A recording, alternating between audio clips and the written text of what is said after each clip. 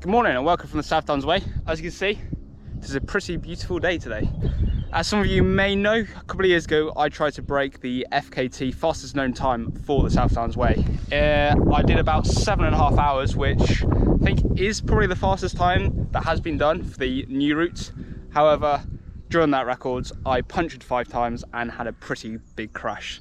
So yeah, I reckon I can do it in sub 7 hours. However, to do that, I reckon I need to know the route a little bit better. So I've come out today on my Ribble gravel bike to, yeah, have a little test of the route. I have to say, from an initial perspective, it's a lot rougher than I remember. I've got a 35mm Goodyear on the front and then a 50mm Hutchinson's on the rear.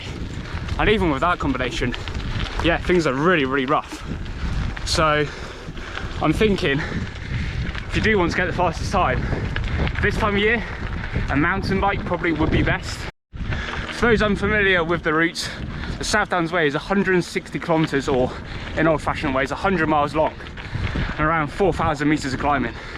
So yeah, it's a lot of up and down. I think a mountain bike, you'd just be that slightly more comfortable on the descents especially.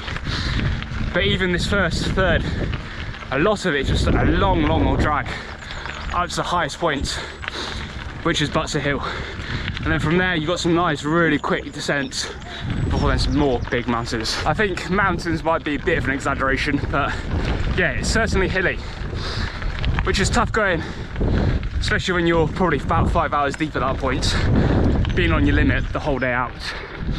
So yeah, it's quite a tough one to decide. So the gravel bike's quicker, lighter, the mountain bike's comfier, but slightly heavier. So there's benefits and negatives of each. Today I am on a gravel bike, so I will stop complaining about how rough it is and just, yeah, crack on and enjoy the route.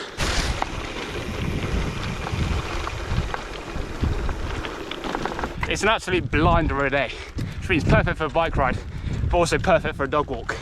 First half especially is a lot tighter than the second half. So the biggest problem is navigating walkers and other cyclists. I think if the record was to be set, you'd have to leave at sometime quite stupidly early in the morning. So there we go, an hour in already. I'm not sure how well you can see my Garmin, but I've only done 20 kilometers, and in that time, 400 meters of climbing.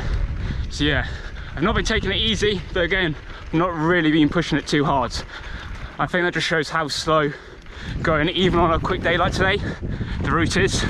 Oh, as I get stuck in a rut, this is the other thing you have to be wary of. Quite tricky one-handed, but yeah, get stuck in somewhere like this, either side there's some pretty big grooves. The last thing you want to be doing is coming off right at the start. I say this climb up to Old Winchester Hill, it's probably the top 3 hardest parts of the course. The entry into the climb is a dead left-hander, and it's so rocky at the bottom, there's just no traction whatsoever. Even with an absolute dinner plate of a cassette on the back, there's no way I'm getting up here cycling. So yeah, the walk of shame. I mean, the one good thing about going this slowly is you can take a bit of time to appreciate how nice the views are behind me. But here we go, nearly at the top, and hopefully it's a bit more rideable this next section. I think this is another key reason to come out and scout the course. Well, route. The road, as you can see, is literally just there. The South Downs Way is here. It's very tempting when you're struggling, your arms hurt, your legs hurt, to take the easy option and ride on the road. However, that's not South Downs Way. As you see from the sign, this is the South Downs Way. So yeah, being aware of where the track is and which sections you can ride on the road versus which sections you can ride on the actual South Downs Way is very important. So yeah, I'm going to cross over now, and then we follow on the opposite side of the road and down Old Winchester Hill. Spot on. It's the very short road sections like this one here where you realise just how smooth and easy tarmac is in comparison to gravel. Yeah, enjoy this as much as I can, because I can already see the sign to back onto the South Downs Way just there.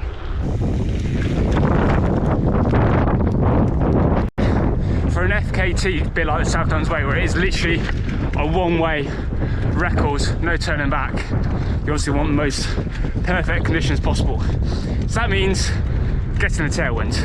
Today it's a headwind, and it makes stretches and drags a bit like this brutal. But at least there's no rush today, just enjoy the ride and tick along. As mentioned earlier, yeah, for the South Downs Way record, when I attempted it, I got 5 punctures. Today, this is my first, so I've had a pretty good run so far, but to be honest, I've only done 30k, but luckily, quick tube in, and then we should be back on my way. Might be here for a while.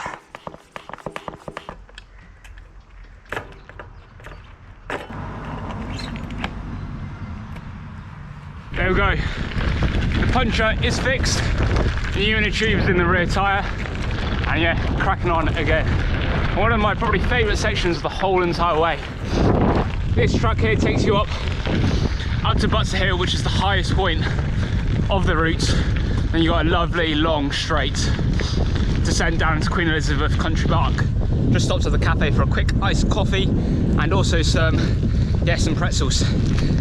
Got some salted ones because it's pretty hot out here today, and I thought, yeah, keep the salt levels top. However, it turns out they're pretty difficult to eat whilst riding. I did have them in my frame bag. That's even harder. Yeah, sort of dry your mouth out, as you can sort of tell, more than anything. But time to crack on. Currently, I have no idea where I am. I follow the signs to this right away, down this lovely descent behind me. Followed it all the way down the hill, nice 5-minute or so descent. Got to the bottom, dead end. Great. So it means I'm gonna have to trek all the way back up and back onto the South Downs Way. So yeah, not fun. I think this is one thing not many people mention about the South Downs Way. The amount of gates that you have to open. I think it's in the region of around 100 across the whole 100 miles. So yeah, what's that, 1 every mile?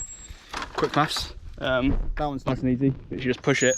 But most of them have got a little latch on, which yeah, not ideal when you're trying to race it, but we crack on, and knowing where they are is pretty important because some of them are, as you can see, it's quite a nice quick descent through the trees, and all of a sudden, boom, it's a gate.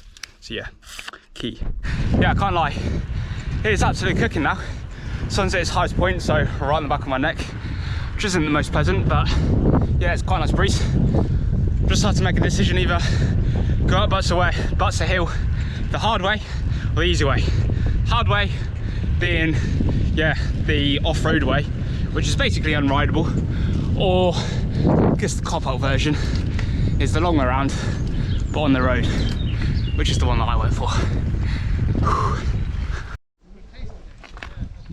So one of the best bits about the South Downs, loads of these drinking water taps, which days like today is pretty useful because I've already gone through 2 litres. I've still got an hour to go, so yeah, got another litre filled up, ready to crack on. As you may have also noticed, yes, that's another 2 inches from my neck. Not really out of the best spell today. I got, the first puncture was for a fawn, and yeah, the second and third were also fawns. So fortunately I didn't set the rear tyre up as tubeless, so fawns and stuff like that, yeah, it's never going to end well. So yeah, pray that the rest is smooth sailing, because I'm completely out now. Got a few tyre plugs to fix the front, but nothing for the rear, so fingers crossed, it's all good. Yeah, I realised I left that on a little bit of a cliffhanger. Unfortunately, my GoPro died, so I didn't manage to capture the last 10 kilometres or so back to my car. I did manage to make it back, although it was a little bit dramatic. I punctured again, although this time, problem was I was completely out of tubes, and it was in my rear tyre once again. So yeah, I was left stuck, stranded on the side of the road, and with a long walk, well, 10-kilometre walk in front of me.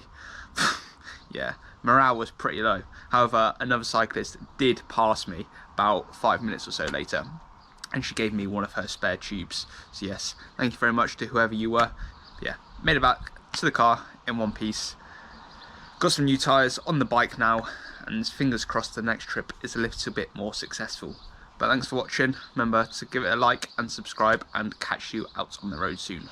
Ciao.